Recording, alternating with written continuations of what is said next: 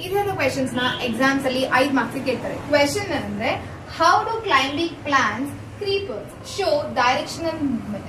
ನೀವೆಲ್ಲ ಓದಿರೋ ಹಾಗೆ ಪ್ಲಾಂಟ್ಸ್ ಅಲ್ಲಿ ಯಾವ ತರ ಮೂವ್ಮೆಂಟ್ ಇದೆ, ಫೋಟೋಟ್ರೋಫಿಸಮ್ ಇದೆ, ಜಿಯೋಟ್ರೋಫಿಸಮ್ ಇದೆ. ಫೋಟೋಟ್ರೋಫಿಸಮ್ ಅಂದ್ಬಿಟ್ಟು ಟುವರ್ಡ್ಸ್ ದ ಲೈಟ್ ಆದ್ರೆ, ಜಿಯೋಟ್ರೋಫಿಸಮ್ ಅಂದ್ಬಿಟ್ಟು towards the soil.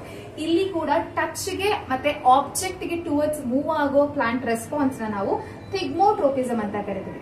So touch me not plant ಅಲ್ಲಿ ಎಕ್ಸಾಂಪಲ್ ತಗೊಳ್ಳೋದಾದ್ರೆ, ಟಚ್ ಮಿ ನಾಟ್ ಪ್ಲಾಂಟ್ ಮುಟ್ಟಿದ ತಕ್ಷಣ ಮುದ್ರಕೊಳ್ಳುತ್ತೆ, ಅದು ಕೂಡ one of the response from the plant by the touch. ಅದು ಕೂಡ ನಾವು ಥಿಗ್ಮೋಟ್ರೋಫಿಸಮ್ ಅಂತಾನೆ ಕನ್ಸಿಡರ್ ಮಾಡ್ತೀವಿ. ಇಲ್ಲಿ ಕೇಳಿರೋ ಕ್ವೆಶನ್ ಏನು ಅಂದ್ರೆ how do climbing plants show directional movement. ಅದು ಕ್ಲೈಂಬ್ ಅಂದ್ರೆ ಸಪೋರ್ಟ್ ತಗೊಂಡು ಬೆಳೆಯೋ ಪ್ಲಾಂಟ್ಸ್, ಯಾಕೆ ಅದು ಒಂದೇ ಡೈರೆಕ್ಷನ್ ಮೂವ್ ಆಗುತ್ತೆ, ಅದು ಹೇಗೆ ಮೂವ್ ಆಗುತ್ತೆ ಅಂತ ಕೇಳಿದ್ದಾರೆ. ಸೊ ಅದು ಬೇಸಿಕಲಿ ಥಿಗ್ಮೋಟ್ರೋಪಿಸಮ್ ಅಂತ. ಥಿಗ್ಮೋಟ್ರೋಪಿಸಮ್ ಅಂದ್ರೆ ಏನು? Plant movement in response to touch or physical object.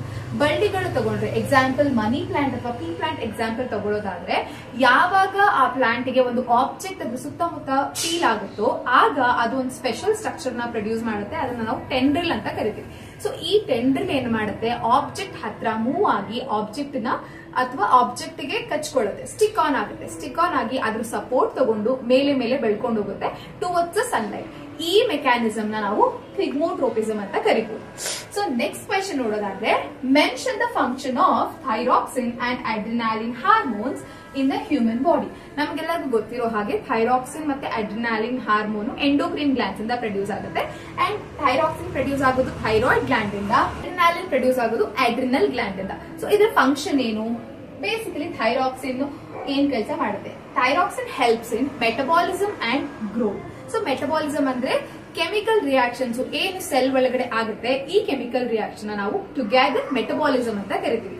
So ಇದು ಆಗೋದು with the help of thyroxine. And ಗ್ರೋತ್ಗೂ ಕೂಡ thyroxine to some extent help ಮಾಡುತ್ತೆ. ನೆಕ್ಸ್ಟ್ ನೋಡೋದಾದ್ರೆ ಅಡ್ರಿನಾಲಿನ್. ಅಡ್ರಿನಾಲಿನ್ ಬಂದ್ಬಿಟ್ಟು ಫ್ಲೈಟ್ ಆರ್ ಫೈಟ್ ಹಾರ್ಮೋನ್ ಅಂತಾನು ಕರಿತೀವಿ ಅಥವಾ ಎಮರ್ಜೆನ್ಸಿ ಹಾರ್ಮೋನ್ ಅಂತೀವಿ. ಸೊ ಈ ಎಮರ್ಜೆನ್ಸಿ ಹಾರ್ಮೋನು ಎಮರ್ಜೆನ್ಸಿ ಸಿಚುಯೇಷನ್ ಅಲ್ಲಿ ರಿಲೀಸ್ ಆಗುತ್ತೆ.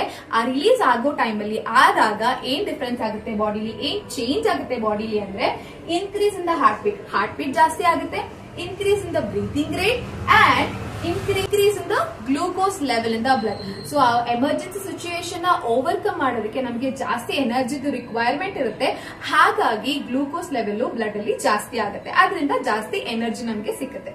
ಸೊ ಇದು ಬಂದ್ಬಿಟ್ಟು ಅಡ್ರಿನಾಲಿನ್. ಸೊ ಈ ಕ್ವೆಶನ್ ನೀವು ಕಂಪ್ಲೀಟ್ ಆಗಿ ಆನ್ಸರ್ ಮಾಡೋದ್ರಿಂದ ನಮಗೆ 5 ಮಾರ್ಕ್ಸ್ ಸಿಗುತ್ತೆ ಎಕ್ಸಾಮ್ ಅಲ್ಲಿ. ಎಕ್ಸಾಮ್ಸ್ ಇಂಪಾರ್ಟೆಂಟ್ ಕ್ವೆಶನ್ಸ್ ಗಾಗಿ ನಮ್ಮ ಚಾನೆಲ್ ನ ಸಬ್ಸ್ಕ್ರೈಬ್ ಮಾಡ್ಕೊಳ್ಳಿ, ಸಪೋರ್ಟ್ ಮಾಡ್ತಾರೆ.